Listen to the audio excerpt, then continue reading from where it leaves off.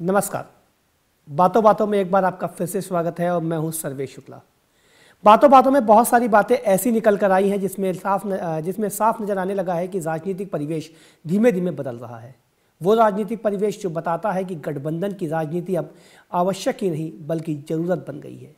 वो ज़रूरत जो सभी दलों के लिए भी है और सभी दल इसको लेकर लगातार चिंतित भी हैं। तभी तो ये गठबंधन का दौर है और गठबंधन के दौर में कोई किसी का खास नहीं, सब एक दूसरे की तरफ निगाहें टटोलते रहते हैं। इसी पर बात करने के लिए हमारे साथ है डीपी त्रिपाठी जी, जो एनसीपी के नेता और बार बार कह रहे हैं कि गठबंधन की राजनीति जरूरी है और कितनी जरूरी है, आइए इन्हीं से जानने की कोशिश करते हैं। त्रिपाठी जी, बहुत बहुत स्वागत है आपका। धन्यवाद सर, गठबंधन की राजनीति के ऊपर लगातार सवाल खड़े होते रहे हैं। कभी एनसीपी का झुकाव किसी तरफ देखा जाता रहा है, कभी किसी तरफ। इस बात पर थोड़ी सी रोशनी डाल दीजिए कि आखिर एनसीपी का झुकाव है किसकी तरफ। एनसीपी का झुकाव अपने सिद्धांतों की प्रति है। हम तमाम लोकतांत्रिक दलों का समन्वय चाहते हैं। हमने कई बार ये बातें कही है।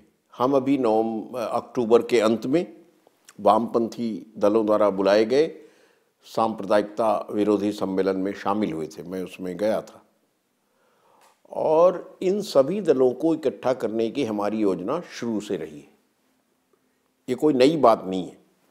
त्रिपाठी जी, लेकिन इन सब के बीच में आप बार बार ये कहते आ रहे हैं कि कहीं मोदी बेटर है राहुल से। ये मैंने नहीं कहा। ये मीडिया ने तथ्य के बयान पर अर्थ निकालकर समाचार बनाया। भाई, जब मुझसे सवाल पूछा जाएगा कि मोदी मुख्यमंत्री हैं, राहुल तो नहीं है, तो मैं क्या जवाब दूंगा? तथ्य तो है मोदी मुख्यमंत्री हैं, तीसरी बार मुख्यमंत्री हैं। राहुल न मंत्री है न मुख्यमंत्री हैं।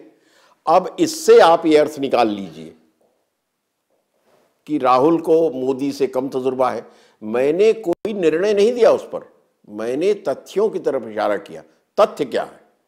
कहीं ऐसा तो नहीं है कि एनसीपी के ऊपर का आला कमान इस तरीके का नहीं चाहता है कि अब बयान आए तभी आप बयान थोड़ा परिवर्तित कर दें?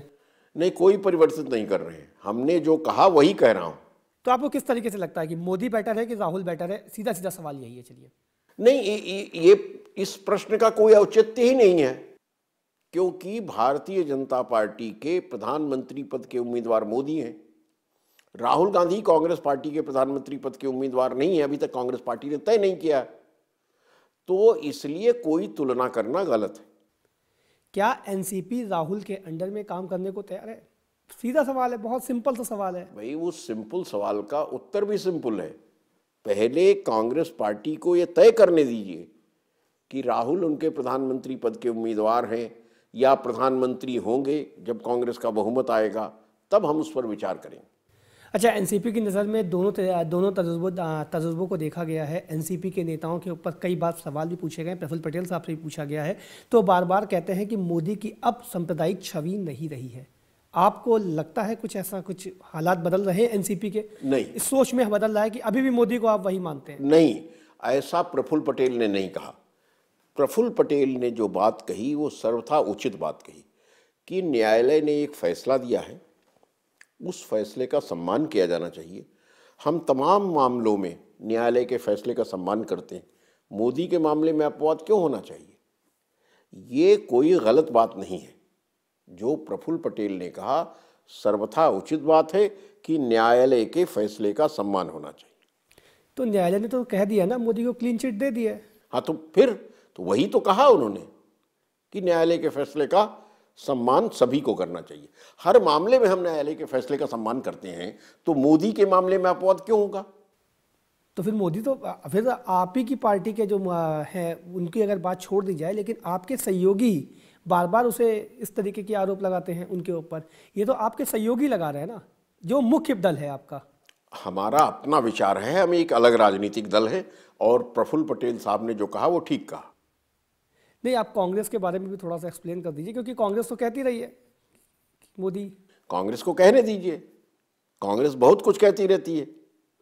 हम कांग्रेस के लिए उत्तरदायी नहीं है, हम अपने दल के विचारों के प्रति उत्तरदायी हैं। अच्छा, अब जिस तरीके से लगातार देखा जा रहा है कि गठबंधन की राजनीति का दौर है, गठबंधन की राजनीति में आपकी धुर विरोधी शिवसेना बार बार कह रही है कि आप एनडीए में रास्ते तलाश रहे हैं। तभी इस तरीके के बयान आने शुरू हो गए हैं और वो एनडीए में आपको नहीं आने देंगे, चाहे जो भी हो जाए। ये आपके धुर विरोधी का साफ साफ मानना है। जिसको जो कहना है कहने दीजिए। हम कौन सा किससे निवेदन कर रहे हैं, किसके पास जा रहे हैं? हमारी नीतियां स्पष्ट है, हम अपनी नीतियों के अनुसार काम करेंगे और उस पर दृढ़तापूर्वक अमल करेंगे। तो किस तरह की नीतियों को लेकर चलेंगे अब की बार? धर्मनिरपेक्ष लोकतांत्रिक समन्वय की राजनीति एनसीपी करती रही है, करती रहेगी। एनसीपी क्या इस तरीके की भी राजनीति पे विश्वास कर रही है कि दल को बढ़ाया जाए, विकास किया जाए? क्योंकि जब आपका गठबंधन हो जाता है बिहार में भी कांग्रेस के साथ और इन लोगों के साथ, आप और जगह गठबंधन करने को तैयार हो रहे हैं कांग्रेस के साथ, तब फिर कांग्रेस के खिलाफ इस तरीके से मुखर आवाज़ कहीं दिक्कत तो नहीं पैदा करे? नहीं, कहाँ मुखर आवाज़ है। हम अपनी बात कह रहे हैं, हम किसी की आलोचना उस तरह नहीं करते हैं, अपने विचारों को प्रकट करते हैं। हम चाहते हैं कि तमाम राज्यों में तमाम धर्मनिरपेक्ष दलों के साथ समझौता हो और सब मिलजुल कर चुनाव लड़ें। सब मिलजुल कर चुनाव, विपक्ष कैसे फिर होगा? कोई विपक्ष भी तो बनेगा जब तमाम धर्मनिरपेक्ष। आप मोदी को भी आपने धर्मनिरपेक्ष आप दे ही दिया लगभग उपाधि, तो सारे धर्मनिरपेक्ष। किसने कह दिया? ये तो किसी ने नहीं कहा। तो सांप्रदायिक कांग्रेस कहती थी उसको। हाँ, तो आप उसे मानते हो और एक तरफ कह रहे हैं न्यायालय की बात भी मान लीजिए भाई। न्यायालय की बात अलग है। न्यायालय की बात तो सभी मानते हैं, उसमें कोई ऐसी विशिष्ट चीज नहीं है। न्यायालय के निर्णय को सभी मानते हैं, इसलिए मोदी के बारे में भी मानना चाहिए, ये प्रफुल्ल पटेल ने कहा। त्रिपाठी जी, एक चीज़ गौर करने वाली बात है कि यहाँ पर जो आपके तीर हैं आप ही के ही लोगों को निशाना कर रहे हैं कहीं ना कहीं। बार बार एक मैंने बचपन में शायद एक किताब में पढ़ा हुआ था कि कुछ तीर ऐसे होते हैं जो अपनों को ही निशाना कर जा रहे हैं।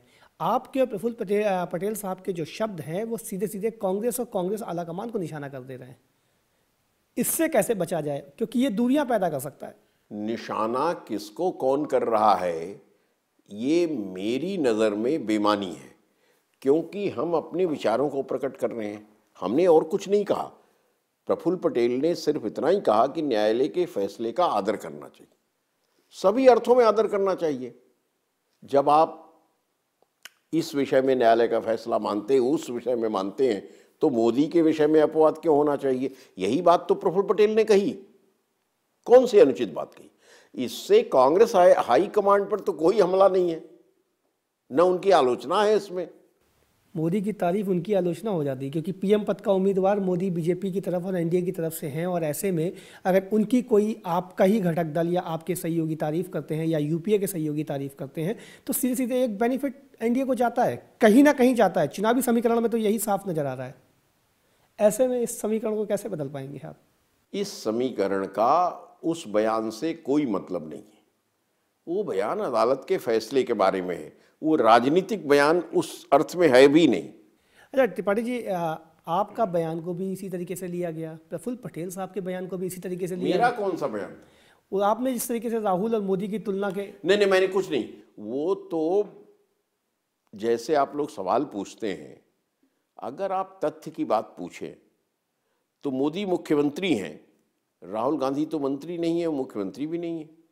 तो ये कहना एक तथ्य को प्रकट करना है। उस तथ्य से अगर आप आशय निकाल लें कि उन्होंने कह दिया कि साहब मोदी ज़्यादा तजुर्बेकार है, ज़्यादा अनुभव है प्रशासन का, आदि आदि इत्यादि, ये तो अर्थ निकालने की बात हो गई और वो गलत बात है। मैंने जो कहा उस पर कायम हूँ। ये तो तथ्य है कि मोदी मुख्यमंत्री हैं, तीसरी बार मुख्यमंत्री हैं, राहुल गांधी मुख्यमंत्री नहीं है, मंत्री भी नहीं है, तो क्या कहा जाए? तो तजुर्बा कम है ना। ये तो तथ्य है, आपने मतलब निकाला, उससे मतलब निकाल के मीडिया ने खबर चलाई। अच्छा, मेरा एक सिंपल सा सवाल है, बहुत छोटा सा, बिल्कुल सीधा उसका उत्तर चाहेंगे, चाहे तो आप अपनी बात में समझा के भी कह सकते हैं। सिंपल सवाल यही है कि राहुल अगर पीएम के उम्मीदवार बनते हैं या प्रोजेक्ट किए जाते हैं, तब एनसीपी का स्टैंड क्या होगा? क्योंकि आप एक तथ्य के आधार पर कह रहे हैं एक्सपीरियंस नहीं है, दूसरे इस तथ्य के आधार पर यह भी है कि अगर वो बनते हैं, क्योंकि इनडायरेक्टली कहिए प्रोजेक्ट वही किए जा रहे हैं, प्रचार राहुल के नाम पर हो रहा है। ऐसी स्थिति में क्या होगा एनसीपी का डिसीजन? होने दीजिए, तब हम उस पर विचार करेंगे। हमारी पार्टी ने हमेशा ये कहा है कि पहले कांग्रेस पार्टी को तय करने दीजिए, उसके बाद हम अपना विचार प्रकट करेंगे। जब तक नहीं है तब तक कल्पनाओं के आधार पर ख्याली पुलाव बनाना कोई अच्छी बात नहीं। कल्पनाओं के आधार पर एनसीपी ने पिछले कई बारों से कुछ फैसले लिए हैं, कल्पनाओं के आधार पर। कौन से फैसले लिए कल्पनाओं के आधार पर? अजीत पवार के लेकर डिसीजन कल्पना ही मात्र थी कि भ्रष्टाचार के आरोप लगे थे, कई बार शरद पवार और इनके बीच में खटास आई, कल्पना के आधार पर ही सब सारी चीजें कल्पना के आधार पर। कोई कल्पना वहां नहीं थी, वो गलत है, कोई ऐसी बात नहीं थी। अजीत पवार ने बड़े साहस का परिचय दिया, उनको जब ऐसा कहा गया तो उन्होंने इस्तीफा दे दिया अपने पद से। उनका जांच करो, वो पता लगा कुछ नहीं है, तब उन्होंने इस्तीफा वापस लिया। सवाल मेरा वही था, लेकिन चलिए आप घुमा के जवाब नहीं दे पा रहे या देना नहीं चाहते हैं। अब थोड़ा सा उस पर विचार कर लेते हैं कि अगर एनसीपी, कांग्रेस और इस तरीके के घटक दलों को जिस तरीके से देखा जा रहा है, लगातार सवाल खड़े हो रहे हैं भ्रष्टाचार के ऊपर, आपकी पार्टी के ऊपर भी, दूसरी पार्टी के ऊपर भी, और केजरीवाल साफ साफ कह रहे हैं कि इन भ्रष्टाचारियों को अब की बार ना आने दिया जाए। राहुल गांधी भी हैं, सोनिया गांधी भी हैं, और बताइए। और उसके अलावा शरद पवार साहब का भी नाम है उसके अंदर, कपिल सिब्बल साहब का भी नाम है। नामों की तो फहरिस्त उन्होंने लगा दी है कि ये भ्रष्टाचारी हैं भाई साहब, इनको रोक लेना। सब नाम है, हमारी पार्टी के किसी आदमी का नाम नहीं। प्रफुल्ल पटेल साहब का नाम लिया उन्होंने, खुले तौर पर लिया है कि प्रफुल्ल पटेल साहब भ्रष्टाचारी हैं, इनको ना आने दिया जाए लोकसभा में। देखिए कौन नहीं आने देता है। प्रफुल्ल पटेल भारी बहुमत से जीतकर लोकसभा में आएंगे, ये मैं आपको अभी बता सकता हूं। केजरीवाल साहब को तो जवाब दे दीजिए कि कहां से भ्रष्टाचारी वो प्रूफ करने में लगे। केजरीवाल को कौन जवाब देना? केजरीवाल जिसको सिद्ध करना है करे। केजरीवाल के विषय में मैंने पहले कहा है कि जब वो ईमानदारी और नैतिकता की बात करते हैं तो लगता है जैसे काल नेमी हनुमान चालीसा पढ़ रहा हो। शब्द बड़े घुमा के आप बोल गए, लेकिन केजरीवाल साहब ने तो सीधे सीधे आप ही के ऊपर अटैक किया, आपकी यूपीए सरकार के ऊपर अटैक किया। ये बात अलग है कि बीजेपी के भी कुछ नाम उसमें इंक्लूड थे, लेकिन मुख्यतः आप और आपकी पार्टी के और आपकी सरकार के नुमाइंदे उसमें ज़्यादा थे। करने दीजिए ना उनको, आने दीजिए वक्तव्य, हम उस पर अपनी राय प्रकट करेंगे। उसी वक्तव्य के आधार पर ही वो विधानसभा चुनाव में इस तरीके की पोजीशन ले आए। वो अपनी बातों से, अपने कामों से ये बार बार कह रहे हैं कि जब विधानसभा में इस तरीके के आ सकते हैं तो लोकसभा में भी कोई बड़ी बात नहीं। आए लोकसभा में, विधानसभा में क्या आया, आप उसका सही विश्लेषण करने की कोशिश कीजिए। उनको स्पष्ट बहुमत भी नहीं मिला दिल्ली में, 70% के करीब दिल्ली की जनता ने उनके खिलाफ वोट दिया। 30 से के करीब, 30 से कुछ ज़्यादा ही है जो उनको वोट मिला है। सीटें 28 मिली हैं और कांग्रेस की कृपा पर उनकी सरकार चल रही है। तो ये कोई बहुत प्रचंड बहुमत तो नहीं आया है ना। ऐसा लगता है जैसे वो भारत जीत गए हों, भारत के सम्राट हो गए हों। अहंकार ये है, स्पष्ट बहुमत भी नहीं मिला दिल्ली में। हाँ, 28 सीटें मिलना एक नई पार्टी को ये महत्वपूर्ण बात है। मैं उसको कम करके नहीं आंक रहा हूँ, वस्तुगत रूप से देखूंगा। जिस तरह उन्होंने जनता को इकट्ठा किया नए तरीके से, अच्छा काम किया, लेकिन उसके बाद जब सरकार में आए तो सारा सरोकार ही भूल गए। सरकार धरने के लिए बनती है, दिल्ली में अराजकता लाने के लिए। खुद कहा मैं अराजक हूं। ऐसे अराजक मुख्यमंत्री की आवश्यकता है दिल्ली को। जनता समझ गई है और आप देखिएगा क्या होता है आगे। वो तो कह रहे हैं कि दिल्ली छोड़िए, अब तो देश में होगी। जरा देश में करें। हमने तो कह दिया ना, केजरीवाल ने शब्दों को नया अर्थ दिया है। सीएम का मतलब केजरीवाल के संदर्भ में है चोजन मैडनेस। किसी ने कहा पीएम के उम्मीदवार हैं, तो हमने कहा पीएम को भी नया अर्थ दे देंगे केजरीवाल। पीएम का मतलब हो जाएगा परमानेंट मैडनेस। शब्द सही हैं आपके, थोड़ा से वो जरूर लगते हैं, लेकिन पॉलिटिक्स में हमेशा इसी चीज़ को देखा जाता है, कुछ नया तलाशने की कोशिश करते हैं। केजरीवाल ने भी नया तलाश कर अपनी आज गद्दी हासिल कर ली, तो फिर उनके ऊपर वो, और बल्कि वो आपके ही ऊपर ही लगातार सवाल खड़े करके आपकी ही पार्टी से समर्थन लेके, यानी आपके सहयोगी पार्टी से समर्थन लेकर सरकार चला रहे हैं। उसके बावजूद भी आप उस तरीके के सवाल नहीं खड़े कर पाते अपनी पार्टी के, अपने सहयोगियों। कह रहा है सरकार चलाइए ना, सरकार तो चलाइए, देखते जाइए। अभी इनको बहुत मैं दुखी मन से कह रहा हूँ। मैंने सोचा था कि ये नई तरीके से एक पार्टी आई है, दिल्ली में आ गई है, सरकार बन गई है, कुछ अच्छा काम करेंगे, 6 महीने साल भर अच्छे तरीके से चलेंगे। इन्होंने तो आते ही काम कर दिया। आप जिस भ्रष्टाचार को बता रहे थे कि कोई प्रूफ नहीं कर पाया है अभी तक, आपकी यूपीए 2 और यूपीए 1 गवर्नमेंट में 2G से लेकर हर जगह पर केस चल रहा है। नहीं, जहाँ है वहाँ सजा मिली लोगों को। ये राजा जेल गए कि नहीं गए, उसी सरकार ने, हमारी सरकार ने ही सब कार्रवाइयाँ की भ्रष्टाचार के विरुद्ध। तो जहाँ पे जो आरोप सही पाए गए वहाँ कार्रवाई हुई। महंगाई, भ्रष्टाचार और इसके अलावा जो तीसरा मुद्दा है कि डीजल और पेट्रोल के दाम जो लगातार बढ़ते जा रहे हैं, जिसकी वजह से महंगाई बढ़ रही है, इन सब पर आपकी सरकार लगातार कमज़ोर रही है, कोई कंट्रोल नहीं रहा है। फिर भी आप कह रहे हैं कि आपने सुशासन दिया है। व्यक्ति आज का भ्रष्टाचार और महंगाई से बचना चाहता है। भ्रष्टाचार तो फिर भी एक बार, लेकिन महंगाई एक ऐसा विषय है कि जो गरीब की कमर तोड़ रहा है। ये बात सही है कि इस पे समय लंबा लगा। ये इतना समय सरकार को नहीं लेना चाहिए था और कोशिश ये करनी चाहिए थी कि भ्रष्टाचार को रोकने के लिए, बल्कि समाप्त करने के लिए जिन विधेयकों की आवश्यकता है वो त्वरित गति से संसद में पास किए जाए और उस पर कार्रवाई हो। सिर्फ यही नहीं कि कानून बने, उस कानून के हिसाब से कार्रवाई होनी चाहिए। आपने फूड सिक्योरिटी बिल तो ला दिया, उसमें उस तरीके का अनाज नहीं था जिससे शारीरिक विकास हो सके। पहला सवाल। दूसरा सवाल, फूड सिक्योरिटी बिल लाने के साथ आपने सिलेंडर और इन सब चीज़ों पे सब्सिडी खत्म करके आम आदमी की कमर तोड़ने में कोई कोर कसर नहीं छोड़ी। क्या ज़रूरत पड़ी थी पेट्रोल के दामों को फ्री होल्ड छोड़ने की? क्या ज़रूरत पड़ी थी कि आपकी यूपीए 2 गवर्नमेंट में सीधे सीधे सब्सिडी खत्म करके 9 सिलेंडर और 12 सिलेंडर पे अटकना पड़ गया? 12 सिलेंडर अभी हुए, जबकि ये इसकी क्या ज़रूरत तुरंत आ पड़ी थी? ऐसा क्या हुआ था? ये आपके उससे समझना चाहूँगा मैं थोड़ा सा। ये सब असल में हम लोगों ने जो कहा था, जिसके लिए हम लोगों ने बहुत संघर्ष के बाद वो बात मनवाई कि एक समन्वय समिति होनी चाहिए। वो समन्वय समिति बनी, लेकिन समन्वय समिति की बैठक नहीं होती है जिस पे विभिन्न विषयों पर विचार किया जा सके और एक लाइन लेकर एक सामूहिक निर्णय के माध्यम से इन विषयों पर विचार करके निर्णय लिया जाए, उसको लागू किया जाए। नहीं, मेरा सवाल ये नहीं था, ये हुआ क्यों? समन्वय समिति नहीं बनी, उस पर मीटिंग बनी या उस पर मीटिंग नहीं हुई, ये तो पार्टी के और सरकार के अंदर की कमजोरी है। हाँ। लेकिन जो फैसले आए वो जनता की कमर तोड़ रहे थे। क्या आपको लगता है ये फैसले जायज़ थे? सब्सिडी खत्म कर देना और डीजल से और पेट्रोल से दाम बढ़ा देना। मैं अभी आपसे कह रहा हूं कि इन विषयों पर समन्वय समिति में विचार होना चाहिए था। समन्वय समिति में विचार होता तो एक सामूहिक निर्णय लेकर आप जनता के सामने आते और उसको एक्सप्लेन करते, उनको बताते कि क्यों निर्णय लिए गए।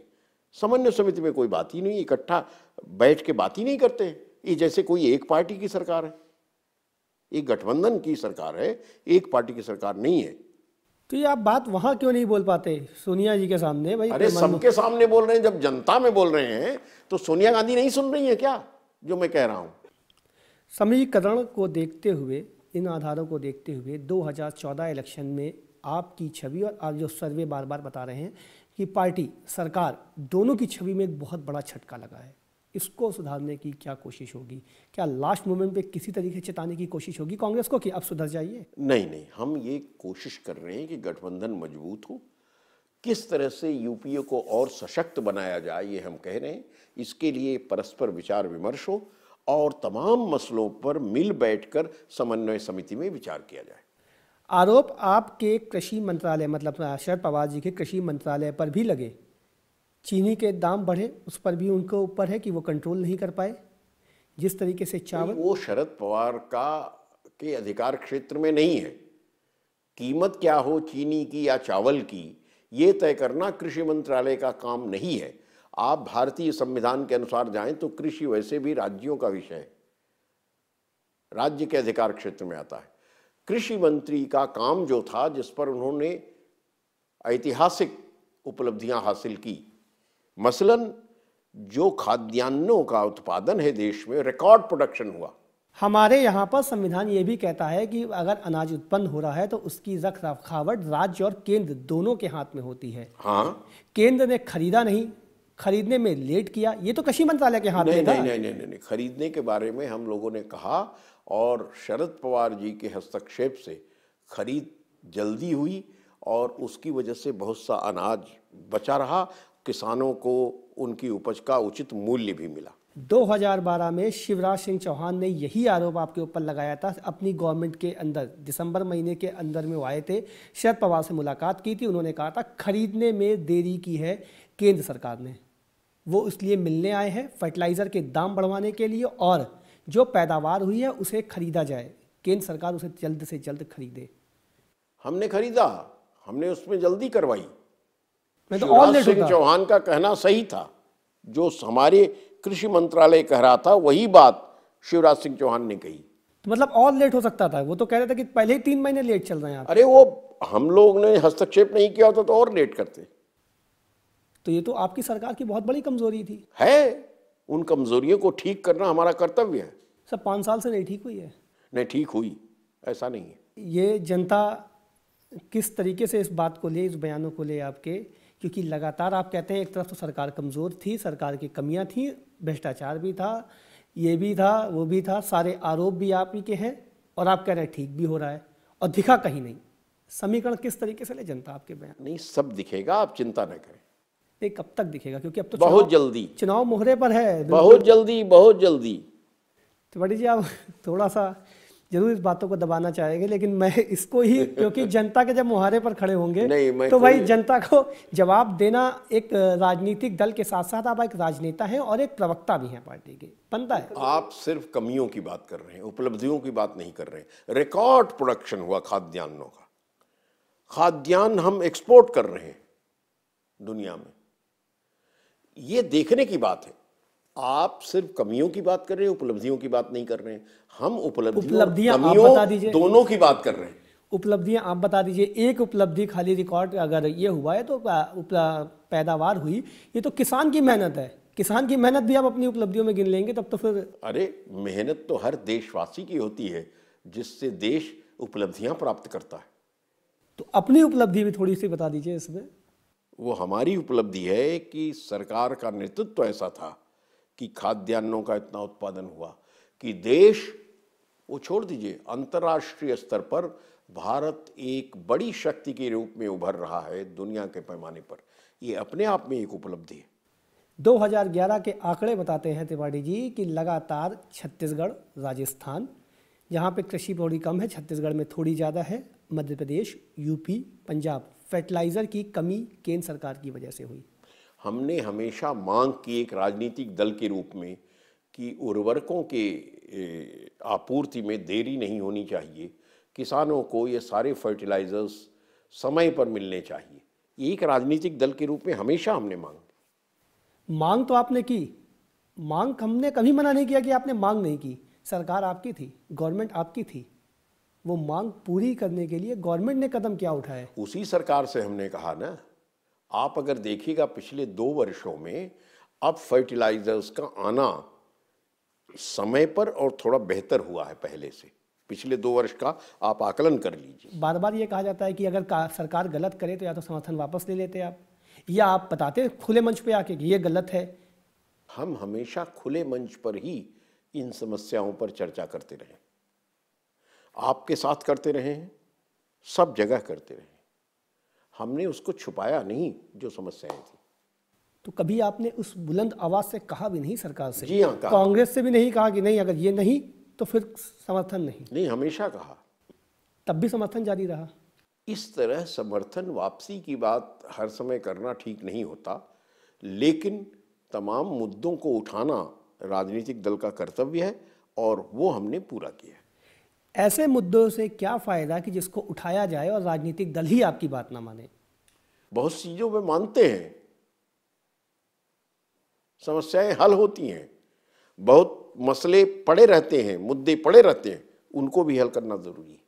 चलिए चलते चलते एक सवाल, आखिरी सवाल, फिर से वही अपना पुराना सवाल रिपीट कर देता हूँ मैं। सरकार को चेताने के लिए आपकी आगे की रणनीति क्या होगी? अगर नहीं चेते अब तो आगे का फैसला क्या होगा, पहला सवाल। दूसरा, मोदी और राहुल में बेटर कौन?